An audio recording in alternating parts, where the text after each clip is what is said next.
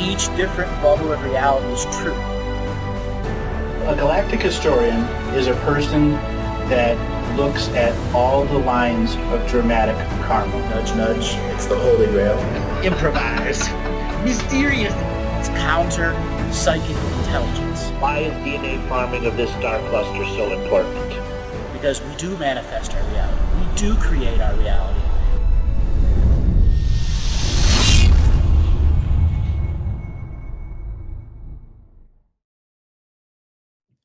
All right, so let's get started with a new round of interviews that are going to start right now with Andrew Bartzis, the Galactic historian. I had a pleasure of speaking with you last, I think it was about 2014 and 15 time period, and you predicted a lot of things that seem to be happening at the moment, as far as, especially when it comes to I remember that you referenced the Three Stooges moment on the political scene, and this sort of lampooning that we've seen obviously since the Trump campaign, all the way through these people being taken down by Me Too claims from the highest levels of Les Moonves to Charlie Rose to Bill O'Reilly, who think he'd be gone. I mean, so many people have taken off the stage of influence and power, it seems. So where are we at this moment? For me, I'm reflecting at the beginning of 2019 now. I think there's been a lot of intense activity. One thing that's come up in my mind is that we are approaching 2020, which would be 8 years from 2012. And I think in terms of, sometimes I see the world in terms of octaves, right? And so if you think of an octave, 8 years cycle would be almost a new octave starting in 2020. So 2019 is the last phase of the post-2012 octave. Does that resonate at all with you, Andrew? Yes, 2012 to 2019 to 2020 is where the octave you're talking about, going one level to the next. And in between there, you have a barbershop quartet that is matching the change of the octaves, but each one a different scale within the notes of structures. And those are representing the past realities making manifest in our global narrative, and future reality, everything. Or those that will realize war is not the cure-all for resolving karma. Those extremes of zealotry and martyrship will be forced with their own internal conscience, which didn't exist before. And that conscience will work as a self-teaching program of go forward deeper into self-deprivation and denying the light, in which you can't be in the new world, because the new world is created by individuals. The biggest lie of the whole community right now that doesn't even know telling the lie is that this is an individual awakening. It was never meant to be a collective awakening. So the Three Stooges event, this is the live show everyone's wanted to get, but it wouldn't be one night of massive broadcast that so many people expected. There would be, oh, the UFOs, they're these, they're this, and those guys would be taken off TV. No, they had to be taken down one by one. They're all sacred cows.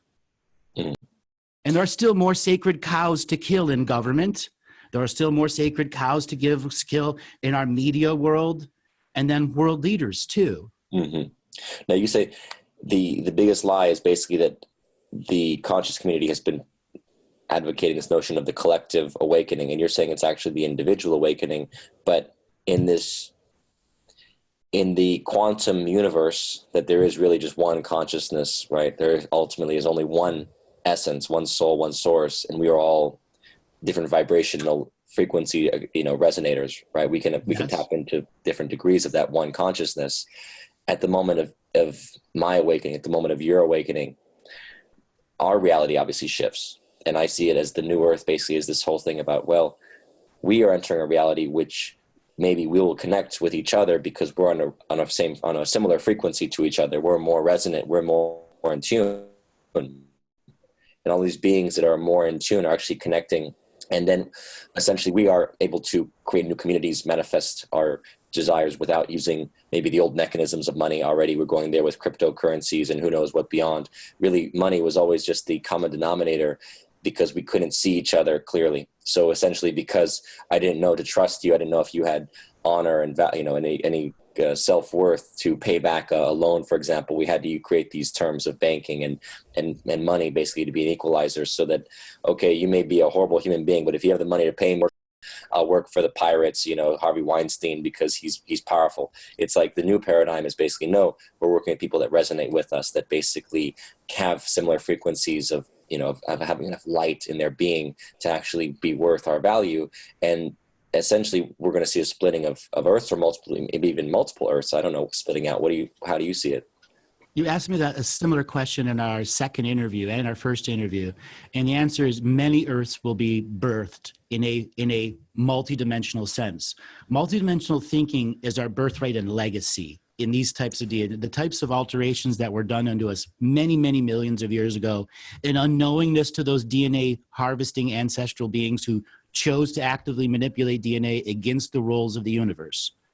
This is now a retribution of we having DNA that allows very advanced skill sets, where there are other ideologies that say their way is the only way to achieve oneness with the universe. So you have these big overarching themes that are battling for oneness. And on a more local level, our bubble of reality, it comes down to the signature frequency of the moment of now teaching. When one lives in the moment of now with full advanced conscious breath, because it's fair to say that 80% of our entire world is in adrenal gland stress, and therefore their deep depthness of breath is reduced by 60%. So most people operate on 40% breath daily. That drastically reduces their capacity to think through the storm of electrons that are around us, just ones that we create from our own bioelectrical frequency. It's our internal programs that camouflage the outside world. That's why we accept a global narrative. When we begin to break away from the global narrative that says English has 26 letters and there is no industry or institution to go to add a 27th letter, if we truly want to advance, we will add as humans more letters and not worried about institutions defining them. The breaking away is creating our sovereign bubble of reality that takes the light coming out of our eyes, our voice, and makes it palpable, manifestable, and feelable to those who are a signature frequency match for what the Great Dreamtime Awakening can be, will be, and is. Because we are still simultaneous living, all three. That's part of the acceptance of awakening, that we do not lose I amness. We become equal co-creators with our other versions in non-competition, non-hierarchical order. Dreaming I am beings, and our dreams are the way we can get the synopsis of what our other selves are doing that is assisting this place, or what we're doing here that assists their world.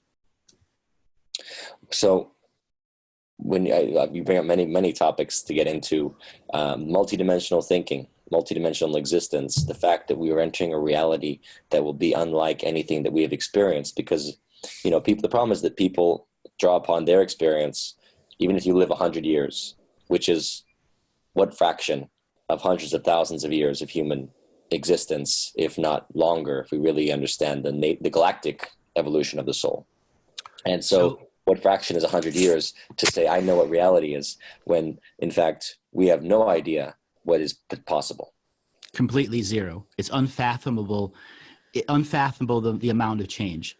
So we have memories that are stored in light. That's how our brains work. You can look through science. Essentially, it's a coding of light that makes a memory. We do not need the chemical functions to access the memory as a CPU. We as consciousness already do that. The DNA skin suit is the hologram or residual image of us through many, many, many lifetimes. That means many lifetimes in our past, we have those encoded memories of light. That's why past life regression has been an industry for long and will go well into the future, because it's real.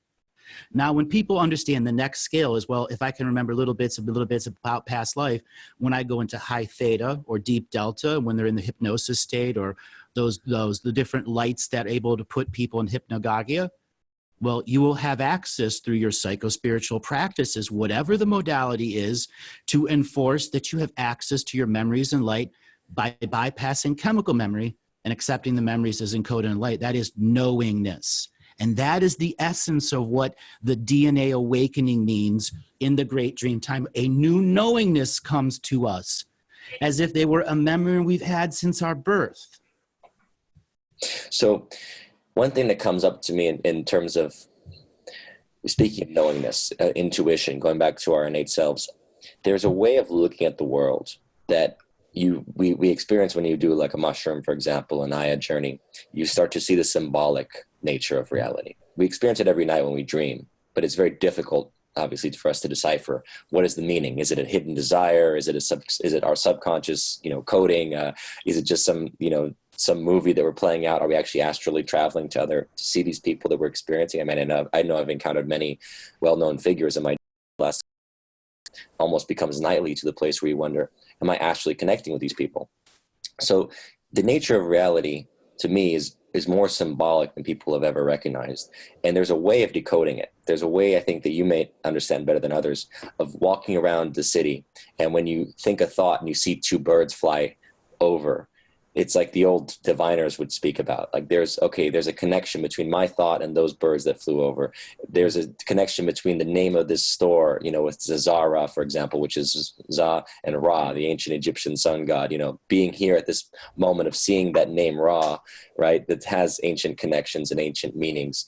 Any of these brands, frankly, have ancient connections, meanings. Nike is a goddess, an ancient goddess of victory, and you name it. Every store has the so-called Illuminati logos for a reason, because they draw upon ancient symbols and ancient codes. So when we walk around, is there a way you could advise people essentially just to be more tuned in to their surroundings, to actually start to recognize the patterning and the coding that is being put into their subconscious, and actually how it is reflecting back to them? Their essentially the internal reality and the external reality are not separated at all. So the most important thing to understand when you're trying to operate in this reality is you must have a basic form of spiritual hygiene. Words that are never compact together. Let that compound to the audience. Spiritual hygiene. Just as you would brush your teeth, wash your hair, change your underwear, wash your sheets, cut your outside stuff, the garbage stuff. You must have a spiritual practice that does the same thing. That is how you can wade through dense bubbles of reality. Like when you walk into a lawyer's office, there is all the fear of lawyer, I need this, the law. Work in a doctor's office, fear of death. You walk into a car salesman's shop. They all have their own bubbles of reality that can just jump into our field at an aggressive level, because if it's somebody selling you something, or you're in a doctor's office and you're completely open to allopathic bullcrap, they're going to imprint upon you what? Mm-hmm. A bubble of reality and a layer of reality that isn't your truth. Mm-hmm. And then the placebo engine of the world takes over. There are true synchronicities and false synchronicities. False synchronicities play with our shadow and program. We are always broadcasting light. And let's say you walk into a said lawyer's office, and there's the lawyer is not a mystical practitioner, he's just an everyday lawyer. But what he doesn't realize is that the office secretary, him, have dozens and dozens of ghosts around them, because they bring people that have light that are in misery, and they harvest. Harvesting is a real thing in our world. If you have no form of spiritual hygiene, no form of rules, borders, policies, and procedures, you are an open game to them. Mm-hmm. How you build that is the same way they use the rules of awareness against you. As soon as in your unawareness you allow a negative feeling in your emotions to exist, you have given it consent and tacit consent to work in your unseen worlds to create false synchronicities. Now, you were saying in Temple of Ra and that the Ra sun god thing, that is what I call you had access to the blueprint of the universe.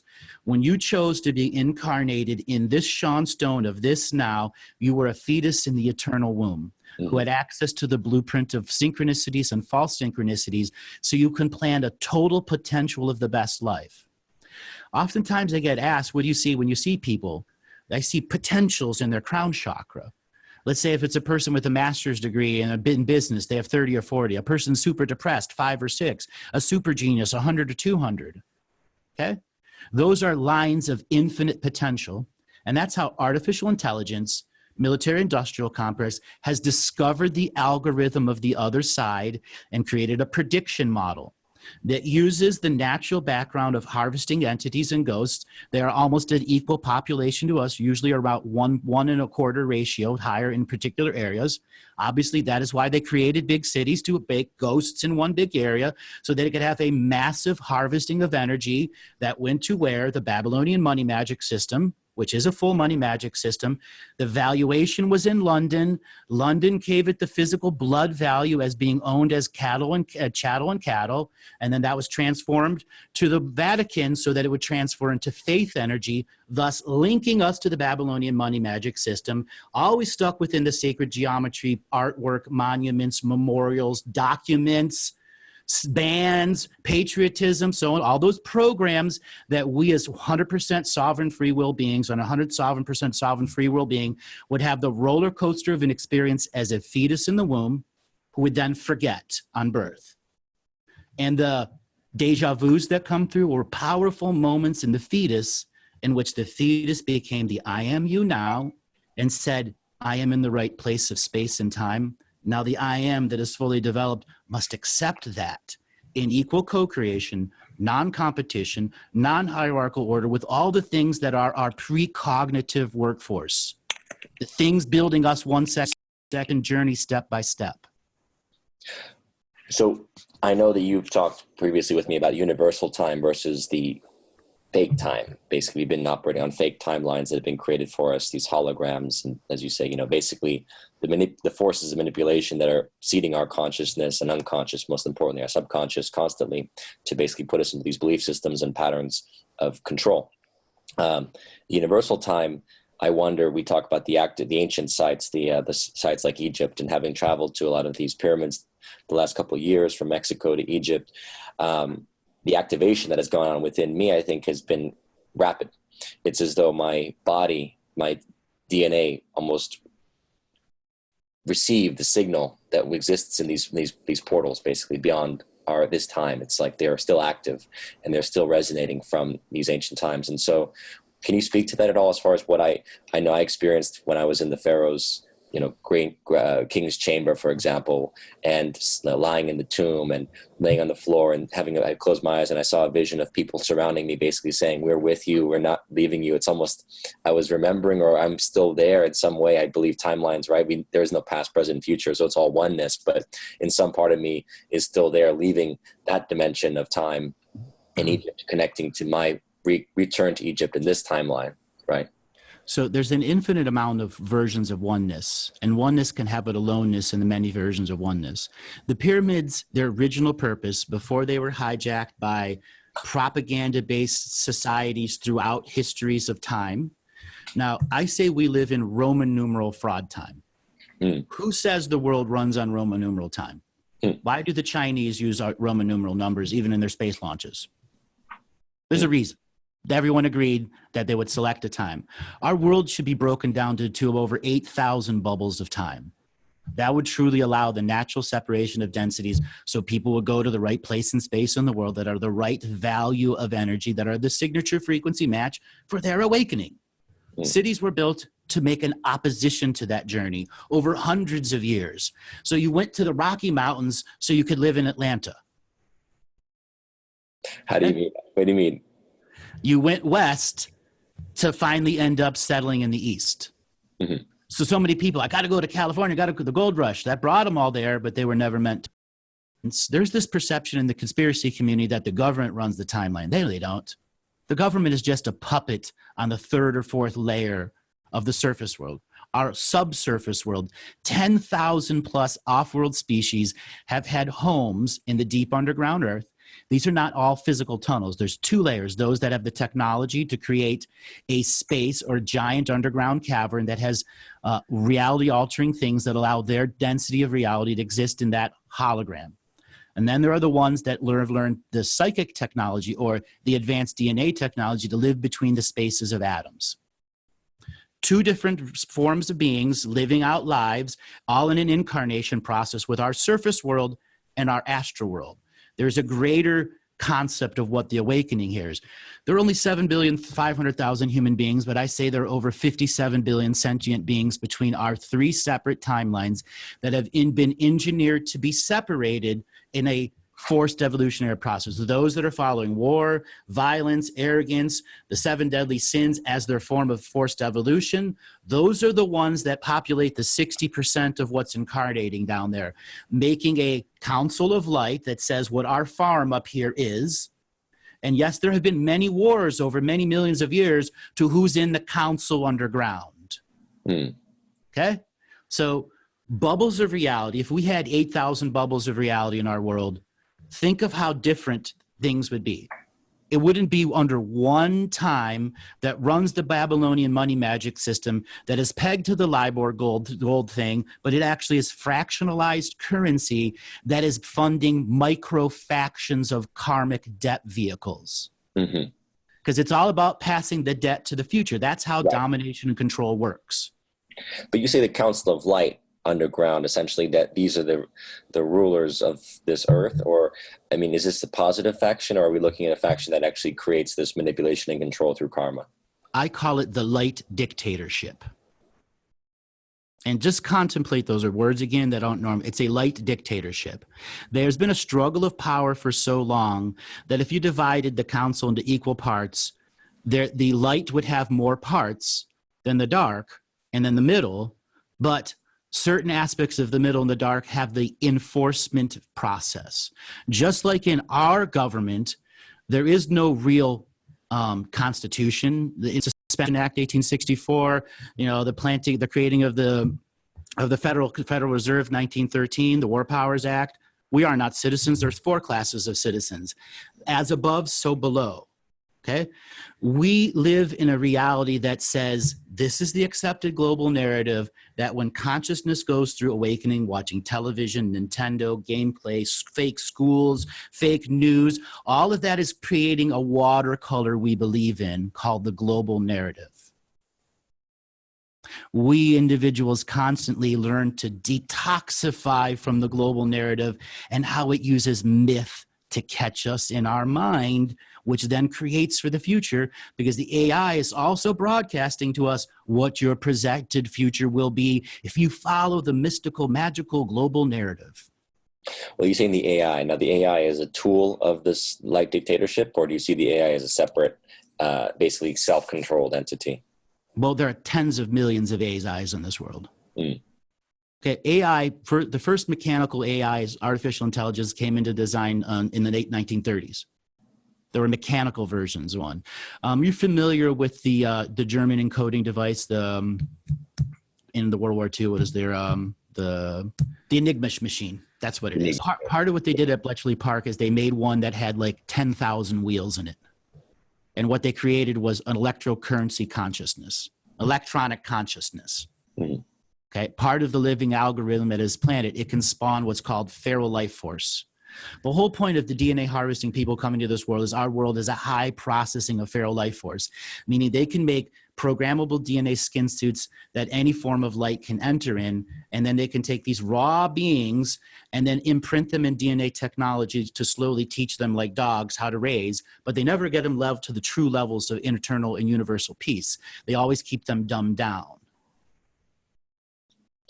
And so one person I've heard, not one, a couple people actually have mentioned this, the idea that there is an ancient AI, actually. The web itself, the internet itself, is an ancient artificial intelligence. It is. To do with the web of the Spider Woman, which the ancient Indians and other natives talked about. I believe Native Americans talked about Spider Woman, that there's some connection between this inner earth being an AI and the internet that we now use. Now, the Enigma machine is what allowed a unlimited consciousness.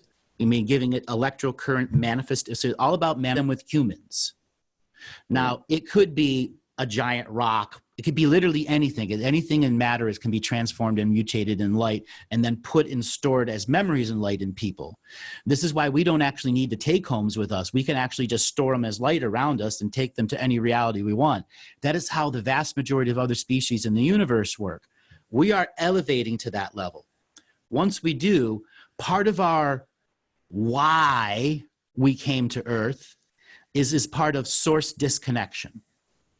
And I call this process the Galactic Ascension Machine, where the best of the best from hundreds and millions of realities from all over the conscious sea of the universe were redirected here towards our solar system that have 66 planets in them that are by design the worst offenders of time travel and how it affected other eras of light by completely uncontrolled frequencies of time, erasing another frequency of time, which erased another frequency of time that began to affect on a galactic scale how DNA spread, how knowledge of light spread, which created uncreational events.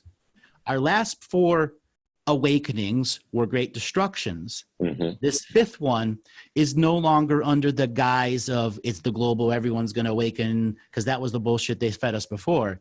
It's an individual awakening. Those that do will transit into their bubbles of reality, like those 8,000 bubbles. Suddenly you're going to what I call the hub of interconnectivity. That means as a frequency, you are no longer matched for the trailer trash soul family that's around you. And if you dream strong enough, activate your DNA strong enough, engage your placebo belief engine for the benefit of yourself, because the reality is using it against you, and then discover how your brain fills in information, and you stop that process of filling information and you project your light at it, stopping imprinting in the unseen world or infrared realm or any of the other realms out of our sight that are encoding us, lessening of energy or pulling energy out of our frequencies. So go ahead. Yeah, no, in fact, I wanted to get deeper into this process that you're speaking about now. This is, I think, where people have to pick up the baton. I know that at some point, since around 2009 to 2015, especially bad guys, the Illuminati, the dark side, we got it. I think at this point, if you can't recognize that we're on a planet that's being abused, that people are being manipulated, put into debt slavery, actual physical slavery, spiritual slavery. I mean, if you don't recognize it at that point, you're lost. So exactly, you're lost. I'm past the point of basically trying to say, well, there's bad aliens or bad reptilians or bad this and that, because we know there's plenty of bad in this world. We know there's something satanic at the core of it. And beyond that, I've been focusing very much on my own spiritual path, as I mentioned, going to the pyramids, journeying to energy points around the world, and then activating myself. And I think this is a very important dialogue for us to have now, which is to help guide others into their own destiny, in a sense. How do we take up the mantle of the Napoleon Hill and say, think and grow rich? How do you basically manifest the reality that you want? Because we have to get away from the fear programming that so many people want to keep perpetuating, because they're making money off of selling fear, selling, conspiracy. And there are conspiracies, but the idea of selling fear of it, selling fear of the government, selling fear of this and that is only continuing the same process, as you said, of deferring karma as opposed to taking ownership for ourselves, owning our responsibility, owning our own patterning and conditioning, so that we can actually free ourselves from the inside out. Yeah, it's irony. December 21st, 2012, I led a 12-hour marathon broadcast on 22 internet station that's titled "Nothing Was Going to Happen Tomorrow." There will be no RV. There will be no currency exchange. Nothing is going to happen until you make it happen. Do you see them out in the same scale and size of the 1960s and 70s, marching in a completely different way? And I will adhere to that. Okay, well into the 2080s, nothing will continue to happen if you don't see people out marching in the street in the same way, in a new way. Right. Until people are truly organized enough and know that Big Brother is watching them. And if you just tap into your genius a little bit, Big Brother's kind of dumb. Okay? It's not that smart. It looks at data of the past, not data of the present. Back to the teachings. If you live in the present, there is plenty one can do as a fifth column internal forgotten piece that can make a manifestation. Mm-hmm. At any moment, we can have that inspiration when we were 16 to go, zap, I'm going to go do this. And the youth comes through. That is a choice point. Everything is choice here. The choice to be happy, the choice to be depressed, the choice to be a conspiracy theorist, a self-help person, so on and so forth. As long as people are pitching it's going to happen tomorrow, stay tuned into my bullshit. You will continue on that line of somebody creating a future that you did not imprint as yours. That is taking control of the reality. It's also the a la carte system. Everything everyone believes is true to them. Mm-hmm. We cannot judge their journey, and we cannot walk on their journey and affect their steps, for we will be as bad as them. Therefore, we do not allow others to impress on our journey the ability to change it without me going, I have a moment of reflection and going, no, I will not let you in one conversation change my entire belief engine. Mm-hmm. And that happens in the conspiracy world. Proof positive, flat earth. People think at PhD and an overnight YouTube, and they think they know everything. And I've seen a million times over and over again, people that were solid reality people, and they watched a handful of flat earth videos, and this mind virus took over. Mm-hmm. Well, I would say, if you go far enough out, everything looks flat. Yes. You go high enough, a basketball looks flat. The journey of the internal work. I know, speaking from my own experience, you mentioned breath earlier. 40% of our, basically what we're getting, 40% of the amount of oxygen that we need. I mean, I'm very aware breath work is a very important practice. I work with Kaya Lay from the Sacred Breath Academy. She was doing that kind of work, and she, we formed a partnership and of, basically as companions. And because I realized that partnership is also an aspect of it. So on one level, the breath work is internal technology we can access to activate our bodies, to release cellular trauma, to basically expunge a lot of the toxins that live within us, even from past lives and others that have carried over energetically. But beyond that, beyond this, the internal work, there's also the issue of partnership, finding the people that resonate with us. I know that in this partnership, it's, what people may call twin flame or whatnot, but it's like, there's a beautiful recognition that in these types of relationships, and I know I'm not the only one experiencing them, where we get a lot of direct mirroring effect comes up, where it's like we basically, all our dirt is exposed, everything that's like hidden and under, basically all that's underneath the dirt, and basically all the mold that's grown and the fungus that's grown into us, because we just kind of have hidden them, basically we created this moss, we've hidden it in the dark, and we're like, no one will see it. It's being exposed to, and it's just the most, but that's really what makes us grow the most. Do you feel like this is a major aspect of where the evolution for conscious evolution Absolutely. for us begins, is that basically finding the right partners that really give us the healthy dose of, let's self-reflect, let's actually start to go into our potential, because if we don't get rid of the dirt and we don't work on the dark side, it'll basically end up like the Harvey Weinsteins and the others of the world, who basically they get to prominence, and then next thing you know, that dark side that they couldn't deal with is now out in the open and their careers are ruined. Yeah. So it's interesting. The journey to Buzzsaw, once again, this is my 5th time with you. I did over 10,000 public sessions doing my live radio shows, and 80% of them are relationship issues. Okay. Of that 80%, there remains that 20%, you look at that as a number. The majority of them were hermits, or put them into the hermit lifestyle, which led them to the conspiracy community or the self-help community or the consciousness and spirituality, Buddha, whatever. That journey to be here had lots of dating questions. They were all repetition without illumination. No one ever becoming the self-illuminated master. When it's really about finding companionship, you are accepting yourself as the grand master of your own obvious, of the seen and the unseen. I accept my role of being the observer from within me and the observer of what's coming into my reality. I am the only one responsible for moving forward. Having a partner in your life means accepting responsibility of that, equal to theirs, must equal to your level of awareness. Now, so many of the callers were women who have been with a partner for 20, 30 years. One's zero spirituality. The other's deep in it, does yoga 6 hours a week, does breathing classes, does retreats, but the husband wants nothing to do with it. That is a repetition with illumination lifetime, over and over and over again. Those beings have the hardest time breaking out because they have the companionship, but not the sharing. When you made your choice to discover sacred relationship, one that you would hold to the truth of the core, if you put your word to it, that promise meant something. Now you're saying junk comes up. That's our shadow or our dark side, or system giving gluttony to our parasympathetic, which connects to everything. Inside your parasympathetic and sympathetic nervous system is called the vagus nerve. It literally connects all organs, everything, your sexuality, your saliva, it owns everything. That is where all mystical skill sets exist. And the outside influencing forces are always trying to get at the vagus nerve for whatever reason. Your own shadow self is also. Oftentimes in relationships, let's say you just had a spit or a spat and you walk off and in your head, I'm going to tell this her next time I see her, and she's doing the same thing. And you have left brain to right brain creating synapses or charge and polarity that stay in your environment. Now you multiply this over years and tens of hundreds of different themes. You live in a soup of chaotic electricity that is always in the brain.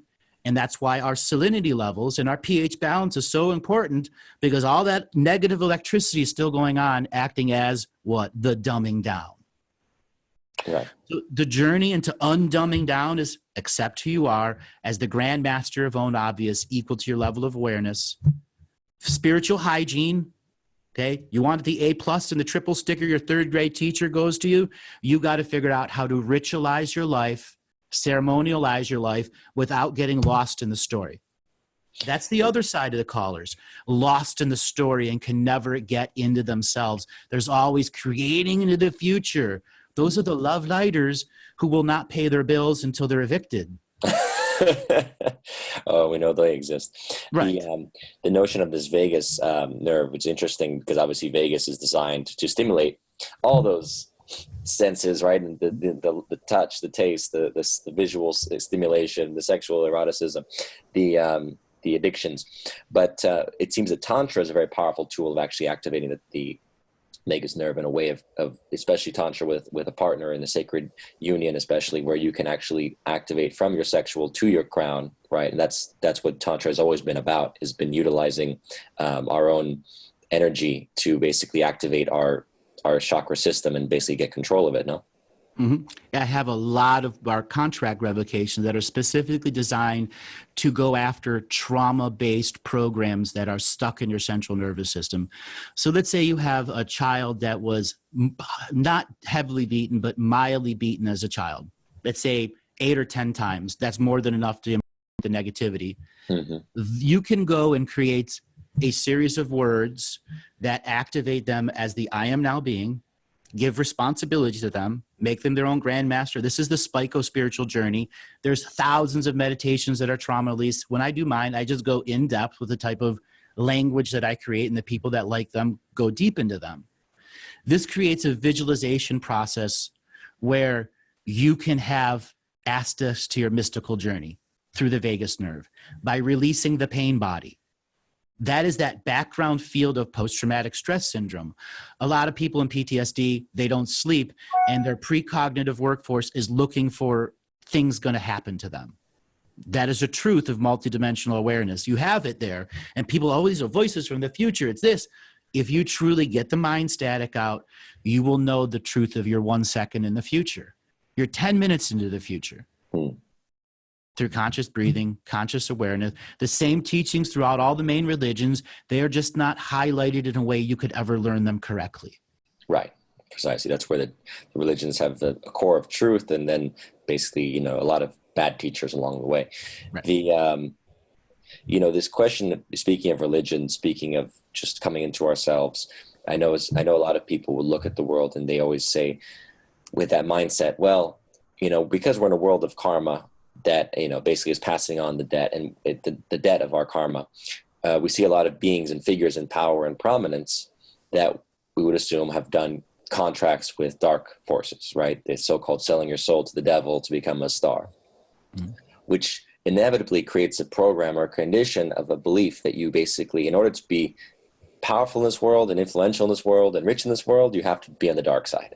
And that's obviously why so many people that are doing the light work or doing the trying to spread goodness, they can feel they can defeat themselves with that belief system, and also plant fear into themselves to basically say, well, if I'm making money, I'm compromising my spiritual values, for example, right? There is something to this that I've heard, it's called like a Templar conundrum, right? Where it's like, how can he be spiritually, attuned and prosperous? Like the Templars were very prosperous, banking, and yet they were also very, notorious spiritual advocates, but at the same time, some people would say they were corrupt.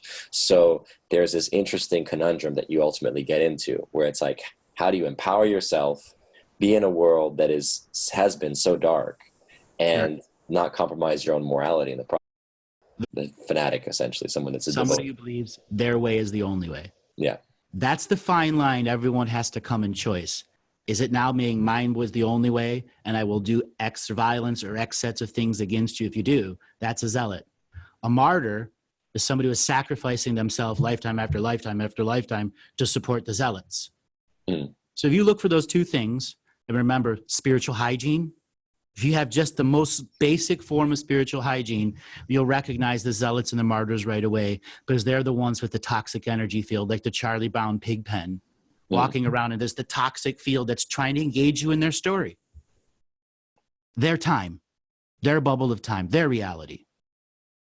Not your sovereign 100% choice at every level.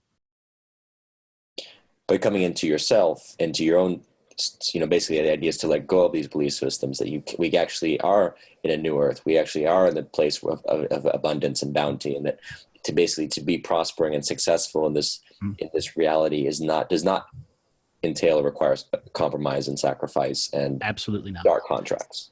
No. So, but part of what you were saying before about relationships, so many people go to Tinder, which is the worst of the worst of the worst of spiritual negative energy, just like the internet.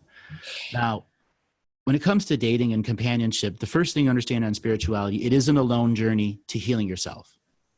But there are times that we take the pit stop, the truck stop, whatever, and we happen to walk into a diner bar and you meet the love of your life. That's synchronicity. Then that companionship has two individual parts that are not compartmentalized away.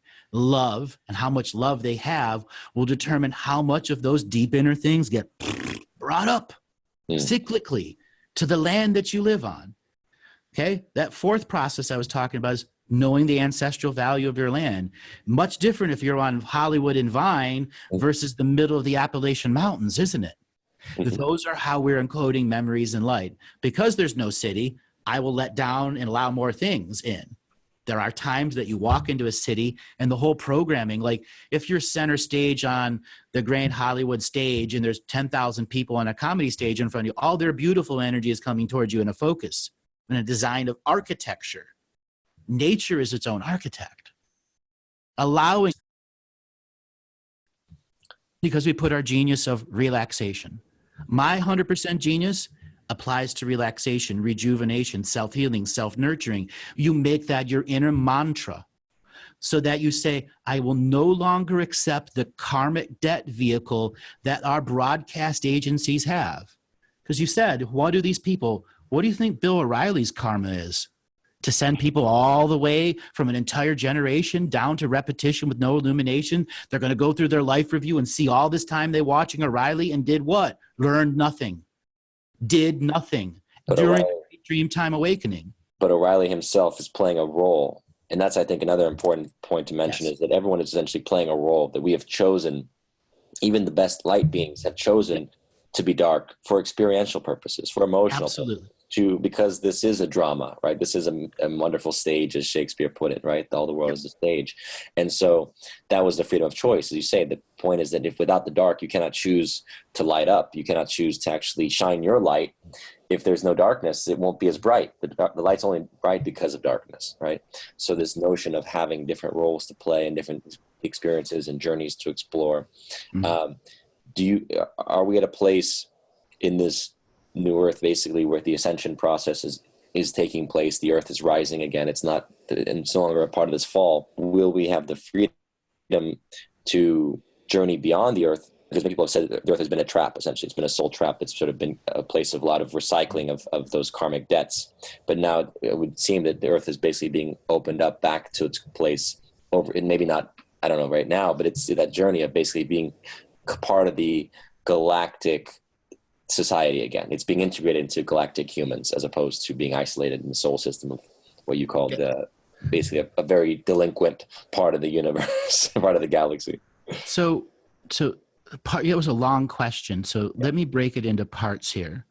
So humanity is going through an awakening that I said earlier is an individual awakening into them accepting their own sovereign bubble of time and not allowing the global narrative and the myth behind the global narrative to have influence in their placebo engine, because we still work in a placebo-based reality. Now, mantras, all these things can be created for us, deprogramming and reprogramming ourselves. That is an extended. How will you have hindsight at the end of the year? If you don't cyclically practice hindsight and foresight as a self-learned, self-illuminated master with enthusiastic effort behind it, your journey will continue down the global narrative because you're still operating at microvolts and the system is operating at macrovolts. And until you engage that sacred genius that has a sacred bonded sensual partner that shares their version of the journey, which completes the alpha and omega of why there's a male and a female. And there are other sexuality processes there. When we learn to let go of the fears and the phobias internally and externally, seen and unseen, when we decide to go on that internal journey to what I call sacred mountain of the self, in which we visualize ourselves climbing to the top of the mountain, and a golden tube of light surround us at the top of the mountain, and we go up to the sun, which is what brought us here in a form of galactic spiritual commerce from all the other places and eras of light that we existed in the sea of universal consciousness. And then we became part of the oceans of awareness and distilled into rivers of I amness here now, who are on a journey of forgetting and forgetting and forgetting and repetition and repetition and illumination. And now we're here where all the technology is right now. And you and I, 10 years ago, 15 years ago, could have never done this. 100 years ago, this was unfathomable. Okay? Now, human beings are at the very beginning of the choice of each person must honor their own journey. I'm actually going to read something really short that just perfectly fits this. So, Sean, what I want to present to you is something that's titled the Universal Citizen. It is a way for people to see how to honor each path, how to learn to blend spiritual practice, blending and co-creating in what is the ever-present, to learn a sacred neutral point of view, by co-creating a life path without polarity. The Universal Citizen acknowledges the beauty found in truth and knows all spiritual practices contain spiritual truth. The Universal Citizen honors every path of every creature being. It allows others to explore life in their own way without hindrance, scorn, or criticism. The Universal Citizen abides by the basic law of unity and equality for all forms of creature life. The fifth world of peace asks us to blend spiritual practices and accept spiritual truths so we may evolve the whole concept of spiritual natures for ourselves. Asks us to learn a way to make spiritual evolution happen in the concrete jungle of two-legged creation. By blending the teachings and co-creating the ever-present, can we as two-leggeds learn that all spiritual practices need to have space as well as time to evolve in the fifth world of peace. The sacred neutral point of view is a representation of our spirit evolution in the present world of life. It means you have healed enough of yourself to heal others. It means you live the facts. All beings have a sacred inner space. All beings need room to evolve with their life path. It means you set aside dogmas and political views to reach the understanding that all life is sacred and needs love without strings or covert motives to endorse a method of change. It means you have accepted that all spiritual practices contain spiritual truths. It means you do not demean or endorse one path as being the only way. It means you have lived life as the sacred neutral observer and still co-created a life path without polarity interfering with our spiritual and daily evolution. It means you've accepted all paths that have personal merit to the free-willed spirit expressing their form of faith, love, and what defines that person as spiritual.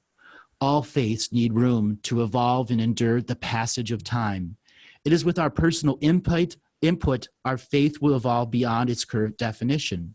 When we share faith, we exchange our life force on a very primal level. I hold these moments to be sacred, and I do not change the message. I only translate it to my personal truths and pray nothing is lost in translation.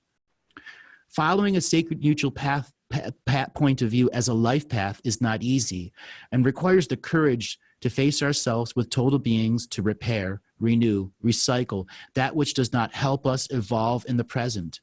It will require time inside yourself, healing any wounds that do not allow you to evolve on a cyclical basis. By learning our cycles, we begin to learn how and why we need to heal ourselves during those moments of internal dialogue. And after significant time communicating with your internal self and your internal dialogue, you will once again let the full possibilities of your life expression refuel your life force through inspiration. We learn how to expand our current system of life walk. We understand we reap what we sow. Beautiful. I love it. Andrew, where can people find more about you? They go to andrewbartzis.com, also galactichistorian.com, also on Facebook and YouTube. And I've just recently started a new company called Universal Citizens Healing System here in Barbados. And if you go to the Andrew Bartzis website, you can get all the new information. We're working on a fabulous new healing system where people can come and experience all of the integrated medicines. I love it. Thank you so much for talking with me today. And hopefully next time I'll be out there in Barbados. We'll do a conversation live and out there and check out your center. That would be awesome. I look forward to having you here. It'll be a pleasure. Thanks so much, Andrew.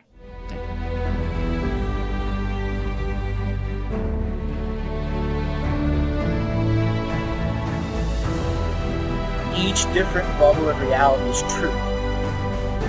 A galactic historian is a person that looks at all the lines of dramatic karma. Nudge, nudge. It's the Holy Grail.